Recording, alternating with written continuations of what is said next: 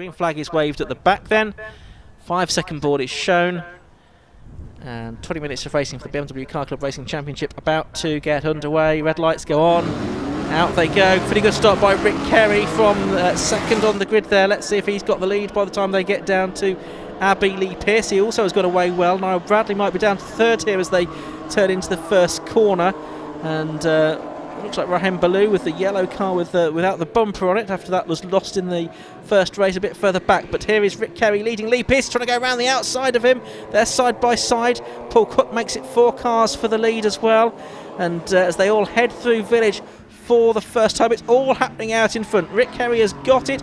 Paul Cook trying to come up on the inside of Niall Bradley. Lee Pearce is shuffled out wide a little bit. He goes back down to 4th position from P2, which he held briefly.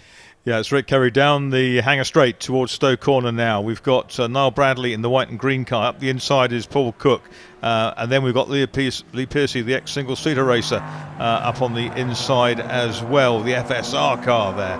And Cook makes a good line through Stowe. Does he squeeze ahead? He might just, but under braking for Vale.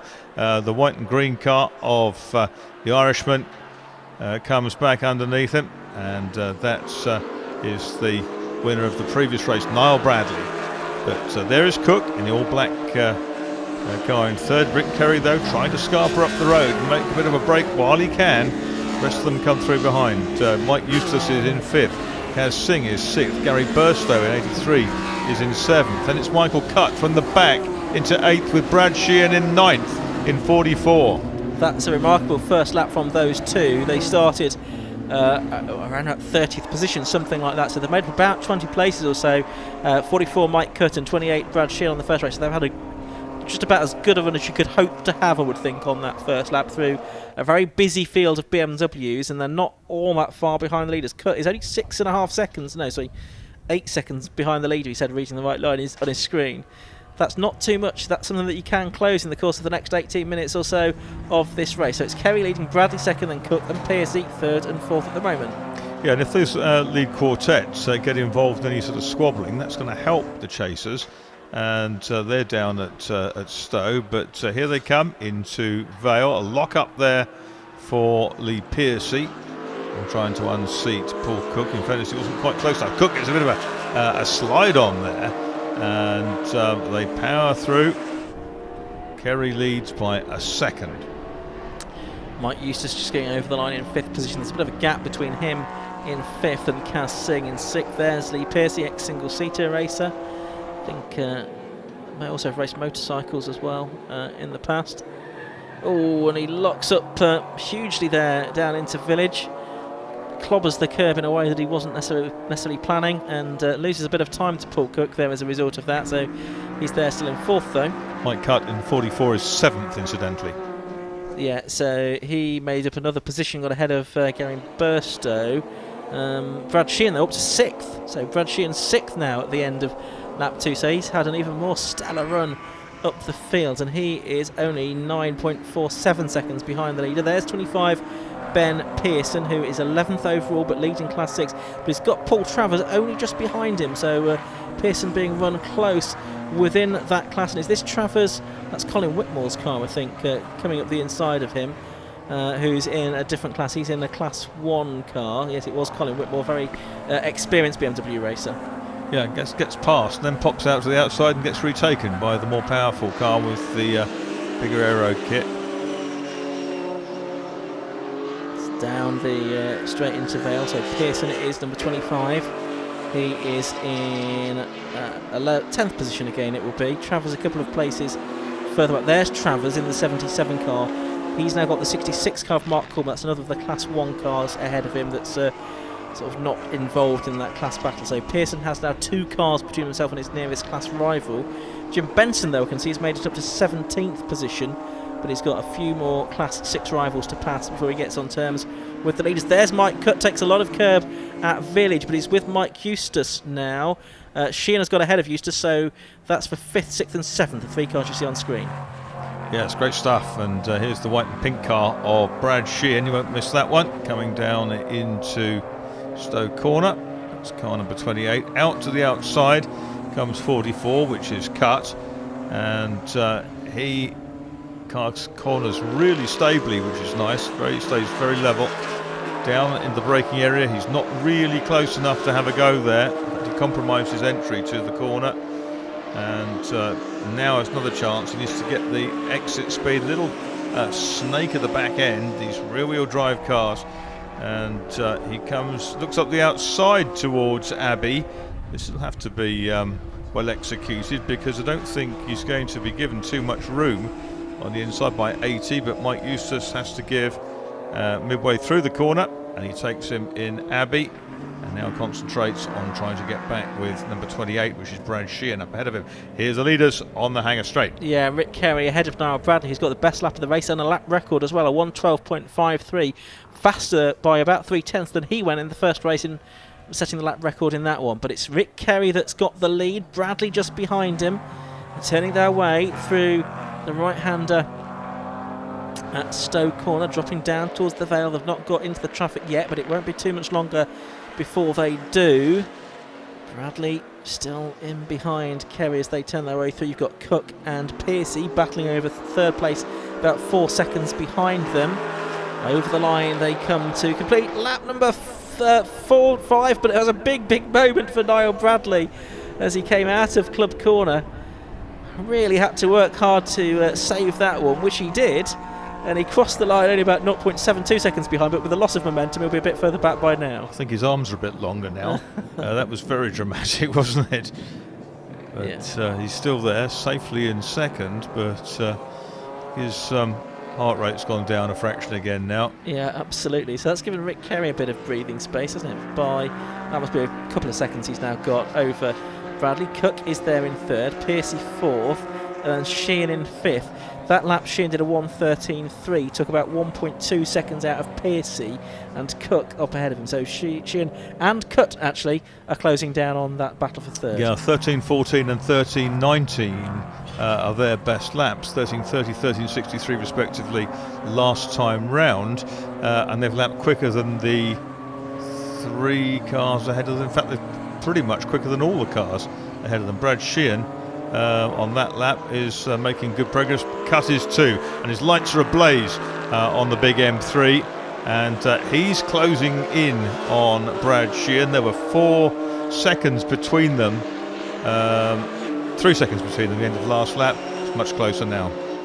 Yeah, so it's Kerry leading by 2 3/4 seconds from Bradley, then Paul Cook third, Piercy fourth, but Sheehan's taken 6/10 or so out of Piercy, and Cut has done a 1:12.68, so that now is the second best lap of the race. After that, set by Neil Bradley, but he's closed in about 0.8 of a second on Sheehan that time. So Cut certainly one to watch. There's still 12 minutes to go in this race, so quite a lot of time left in it.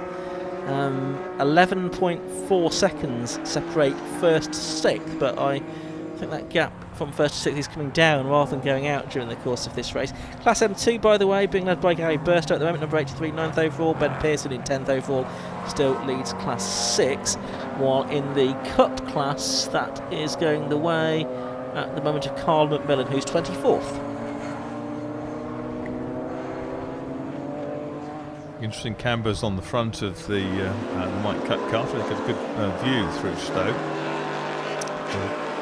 Puff of smoke there, tyre smoke, lock brakes for Sheehan, 28, going into Vale, and Sheehan's lap time a 13.29, a 12.70 for Cut, within a couple of hundredths of his best in the race, and one of 3 drivers into the 12s. It's got the gap down to 0.9 of a second, and now traffic starts to come into play as well. We're starting to get into, in particular, the Cup class cars at the moment are the leading contenders. That's for position. That's Gaz Singh and Gary Burstow. Burstow in the number 83 car, the black and yellow and white car. That is the M2 class leader, and he goes around the outside, does he, or tries to, of the number 3 car. Gaz Singh into Abbey there to get the lead away. He's running side by side with Kaz all the way through Farm and down towards Village, but the extra power possibly just telling on the Kaz Singh number 3 car. He's there in 8th position, Gary Burstow 9th, and actually Ben Pearson only a couple of seconds behind them in 10th place. So that Class 6 car really doing very well to stay with theoretically much more powerful and quicker machinery. Yeah, Jim Benson's up to 3rd in Class 6, isn't he, behind Paul Travers, and was a couple of seconds down the end of the last lap. Yeah, in 14th position overall. Here's Burstow having another go at Kaz Singh, but Pearson only just behind them as well. And Bradley's chipping away at Rick Kerry's lead meanwhile, Ian. Yeah, that's come down to 1.65 seconds now. Bradley about 4/10 faster on the last lap. And just looking at Sheehan and Cumming, both of their laps on slower that time as they've been delayed by traffic, no doubt. That is the Paul Cook car, isn't it? Number 26. There's Piercy. They are getting involved with the traffic. That's the number 82 car of Saranga Satisrihari in his 330 CI, the drive from Buckhurst Hill. Here with the blue flags waving at the back markers to show that the faster cars are coming through, including now Sheehan and Mike Cutt to get past those two relative tail enders. The other car involved there is number 60, which is Carl McMillan in the first of the Cup class cars. I reckon that Niall Bradley in 47 is closer still to Rick Kerry in that V8 1 Series car. Here they come. He is closer still. He's half a second only behind, and he's made up a chunk of time on that lap, a quarter of a second or so. And Rick Kerry, the man from Ipswich in Suffolk, now having to go defensive. A bit further back, Mike Cutt's done another lap in the 12, so 1:12.74 to take half a second out of Brad Sheehan, but the gap between those two has yo-yoed in the traffic, so it's getting back down to what it was a couple of laps ago, and I thought it might get more difficult for Sheehan and Cutt to make progress as the traffic went on. But the two leaders side by side now coming out of the link, and it's going to be Bradley on the inside line for Stowe Corner. There's a couple more slower cars for them to lap, but the V8 power of Kerry may just tail down the straight or not. No, I don't think it does. Bradley goes through on the inside. He takes the lead of the race on lap 10. Yep, and Kerry now has to regroup, charge again. In some cases it's easier to chase than be chased down. Let's see if that's the case, but Niall Bradley's done very well to recover from that moment at Club. A couple of laps ago. 0.6 of a second between them now. Yeah, that's right. So Bradley and Kerry out in front, about 6 seconds behind you find Paul Cook. Here are the two leaders there. They've got a lot more traffic to deal with. In the next lap or so, there's a gaggle of about half a dozen cars that they'll need to deal with well before the end of this race. Sheehan and Cutt haven't been closer together than they are now, so that's interesting. It's for 5th and 6th, and they are half a second or so behind. Sheehan's half a second behind Piercy in 4th. Yeah, so that's going to get interesting as well. Paul Cook's got about 2 seconds between himself and Lee Piercy now. So we'll try and see how that shakes. I mean, Bradley is pulling away from Rick Kerry here, isn't he? Yeah, I think Kerry might have used his tyres up. I think you may be right. It's done so with 6 3/4 minutes of the race remaining, or thereabouts. Kerry, the Suffolk driver, had a spell in the BTCC. Yeah, the handling I'm not sure is there that it was in the early stages. And from 0.65 seconds, the gap has gone out to 1.76. And partly because Bradley's done another really good lap of 1:12.67 underneath the lap record that he set earlier, but not as quick as he's been during the course of this race. Now some cars to be lapped for the leaders. Might alter the complexion of the lead battle. And we've had a change further back, haven't we? Sheehan's ahead of Piercy, as is Michael Cutt, or as was Michael Cutt. Yeah. And seeing them go through the shop there, it looked like it changed around again. They changed around again. That's right. So we'll try and get a view of that in a moment. Watching cars head down the Hamilton Straight here, and now down the Hanger Straight. There's Sheehan, and he's now bearing down on Paul Cook. So it's Sheehan, then Piercy, then Cutt. So Cutt was ahead over the line, but Piercy grabbed it back probably at Abbey, I would think. And there's Dan Harborough going wheel to wheel with the number 8 car, Bill Reddrop. That's a battle for 17th and 18th position. within Class 6, so they're having a very enjoyable scrap there, those two cars. But there, the two leaders are in shot, 2 3/4 seconds. It's gone out by another second on that lap between 47 Niall Bradley and 2 Rick Kerry. Paul Cook's there, he is in third, Brad Sheehan fourth, and there's the scrap for 5th and 6th. Cut trying to get back up on the inside of Lee Pearcey there into Abbey, running alongside through the left-hand curve at Farm, on the brakes now for Village, and it looks like he's going through. So Cut does get back through into 5th position this time, but he's lost contact really with Sheehan because of that. It's now 2 seconds or so behind Sheehan, who in turn is about to take the fight to Paul Cook, I think. Yeah, it was a good move that, round the outside of Farm. It was quite brave, wasn't it? And he hung in there. There's Sheehan and Cook side by side down the Hanger Straight. The pink car of Sheehan goes through into 3rd place. So Brad Sheehan, who had to start from the back of the grid up into the top 3 places here. It's been a great drive. He was just a few points behind Niall Bradley in the championship coming into this race, 5 points behind him, but coming into this weekend, I should say, because he'll have lost ground with that non-finish due to a mechanical issue in the first race. We might find out what that was when Josh gets to speak to him. Well, not if he goes wide like that too often, because he might fall out of the top 3 if he does that. But he's there for the moment, so he's there in 3rd place. Number 26, number 28, Brad Sheehan. 26, Paul Cook in 4th. What of Mike Cutt and Lee Pearcey? Well, they're 1.5 seconds apart as they come over the line to complete lap number 5. Gary Burstow, by the way, in the number 83 car, eventually got the better with number 3, Cass Singh, and Ben Pearson still a fairly comfortable leader in the 6-cylinder class, number 25. Cut in 44 and 5th is only 1.3 seconds behind Paul Cook in 26. Maybe that will change. Possibly so. There's 3 minutes of the race left. Jim Benson's 2nd in B now from the back in 59, ahead of 77 Paul Travers. Yeah, he is about 9 seconds behind Ben Pearson, though, so he's not going to make that up in the last 3 minutes of the race. There goes the Lee Pearcey car that's just dropped back to 6th position. He was on the podium in race 1, Lee Pearcey, behind Niall Bradley and Rick Kerry, but the better fortunes this time for Brad Sheehan and Mike Cutt in particular have meant that he's been shuffled back. Paul Cook also ahead of him in this race.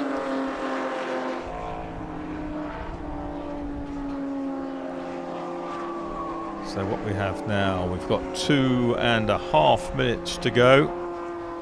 Niall Bradley looking for a double here. He's 3.9 seconds ahead of Rick Kerry, who's comfortably clear of Brad Sheehan. I don't see that changing. Still about 5.7 seconds between them. Writhing through the link there. 23. A good battle. Tom Singleton there at 37, Cavan Granger there in 19th and 20th positions. Singleton pushing on. Yeah, that was a little bit snaky through there, wasn't it? It certainly was. I suggest probably a few of these drivers now have perhaps used their tyres up. Often the case in these BMW races, you get into the final couple of minutes, you've pushed hard in the early stages of the race and you've not got the grip that you'd hope in the final stages. There's a bit more squealing going on, isn't there? Yeah. Tortured rubber. So now Bradley's gone through. He will be starting his penultimate lap now. He's 5.5 seconds clear of Rick Kerry now. Brad Sheehan, Mike Cutt and Paul Cook now in that order. So Paul Cook's shuffled back to 5th, and those 3 separated only by 1.6 seconds. And Mike Cutt actually is just on his personal best lap in the number 44, the red BMW. So perhaps pick up him if we can, because we'll see if he can take the fight to Brad Sheehan in the last lap and a half or so. There he is now. Yes, he's caught Sheehan, which is interesting. And there's Jim Benson going pretty wide to get out of the way of Paul Cook, lap apart. Yeah, so there they go. And they've got 40 odd seconds to go. They've got one more lap out of this, unless the flag is flown a few seconds early, but we've still got time on our side. And is that the change on the exit of... No, it's not quite. Down to the Vale they go. And Brad Sheehan places his pink car number 28 cannily to avoid an opportunity for his rival to dive through on either side and to go on to the last lap. Yeah, the board out there. Niall Bradley 5 seconds ahead of Rick Kerry, but then it's these two, Brad Sheehan and Mike Cutt, both of them now with their headlamps ablaze. Not because it's dark, it's as bright as it's been all day here at Silverstone, I think, but to let any slower cars know that there's quicker machinery coming through. That's leader up inside, is that Burstow? Yeah, it is. Inside, yeah. So he's lapped everyone up to 8th place now, the race leader. Down the straight comes Bradley. It's been a good day for him then, a win by 2 seconds earlier on over Rick Kerry. It looks like it's going to be an even more convincing margin this time for him, and it will be his 5th victory of the season, so he'll take the lead in terms of number of wins this year from Brad Sheehan, who's had 4. Lee Pearcey has had the other one, and we've got 3 more meetings to go, I think, in the BMW Car Club Racing Championship this year. Now Bradley showboating a little bit as he goes through Club Corner for the final time. He takes the checkered flag to win the latest race in the BMW Car Club Racing Championship. Rick Kerry not yet out of the final corner. There he is, and takes 2nd place, but who is going to be 3rd? It is going to be Brad Sheehan, just from Mike Cutt. The gap between them only about 1/4 of a second in the end.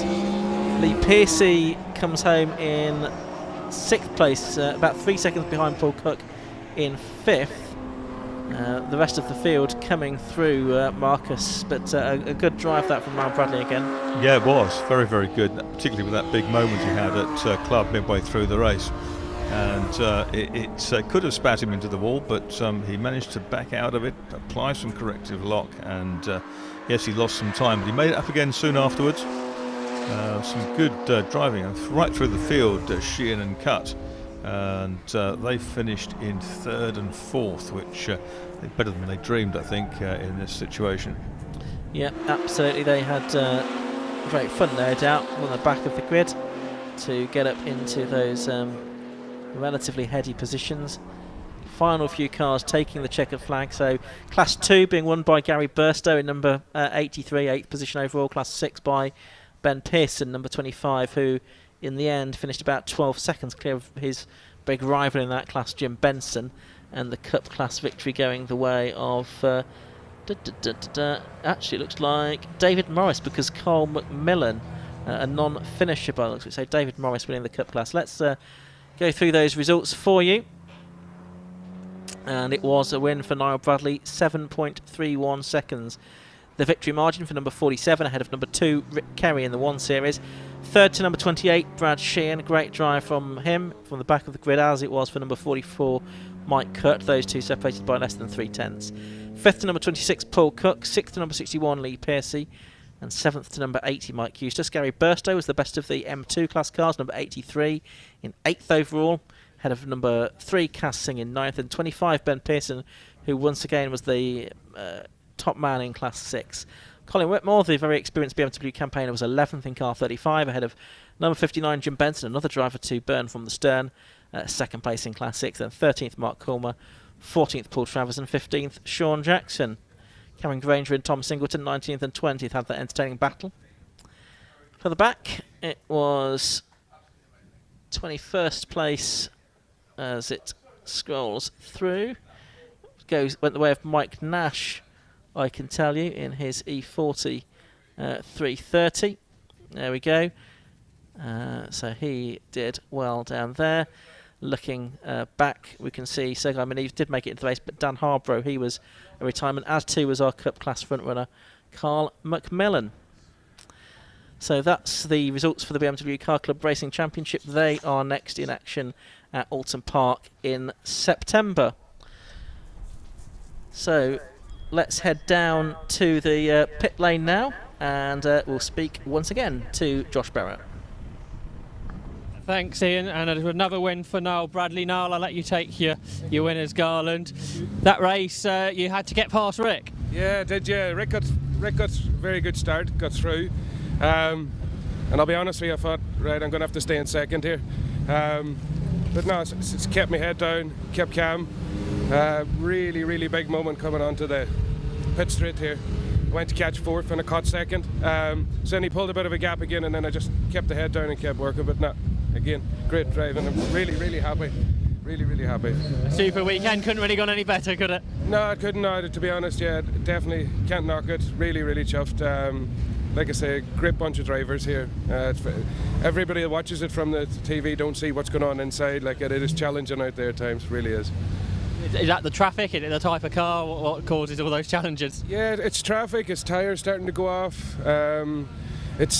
You're trying to consider traffic and obviously watching your mirror if you're in front. There's loads and loads of it under heavy braking. Somebody could take a dive on you. So yeah, no, it's good. It's good. Well done to Niall Bradley, our overall winner. We've also got our class winners here. Gary Burstow won the M2 class. Well done, Gary. I think 2 wins today for you. Yeah, I'm really chuffed. Qualified really badly, back of the grids, and 2 wins out of that. That's not bad. Enjoying racing in this championship? Yeah, it's good fun. Yeah, it's competitive. You know, there's similar cars, and there's not a lot of difference between the cars. So, in the classes, of course. So yeah, very happy. Well done to you. The Class 6 winner was Ben Pearson. Ben, well done. I think 2 class wins for you as well. That one was a bit easier, I think, after Jim fell out earlier on. Yes, unfortunately, he did have a collision with one of the M3s earlier on in the day. But keep out of trouble, and you can take the wins when you can. Score points. And that's been the case. You two have been so close all season, but I think you've now got more wins than Jim over the year. Yes, just about leading the championship and hope to keep it that way. And obviously, for the overall championship, you sort of have to win every time because other people are doing similar things. Yes, that's it, and get the fastest lap as well, because you get an extra point for that. So, I think the first season for you in this car, how are you finding it? yeah, really good, really competitive. Love the car. Good fun. Well done to you. And then our Cup class winner was David Morris. Well done, David. And a really close battle with Paul, I saw there. Oh, I have to be fair to Paul. It's brilliant fun racing. We had an absolute ding-dong at Silverstone. It's just great fun. It's so fair. Hats off to the guy. It's superb. You've got the opposite catered, Niall. You've got all the fast cars coming past you. How's that? Interesting. A little bit unnerving, but we're getting used to it. And to be fair, the guys are really good. They keep their lights on. We know where they're coming, and yeah, they get it done relatively easily. So yeah, all hats off to them. You done any racing before this? I did a little bit of go-karting, endurance racing, but mainly the BMWs. And how do you find like this as a way to get into BMW racing in the Cup class? Absolutely brilliant. It's relatively inexpensive. Well, no motorsports is inexpensive, but they're fairly standard cars. You can then, as you go through, you can put 3 litres and you go to class 6. I'm not sure about an M3, but yeah, you can progress with them, and they're great fun. Great stuff. Well done on your class win there. Thank you very much. So that completes our day of racing here at Silverstone, and I'll hand back up to Ian to conclude our day here at Silverstone for the 750 Motor Club.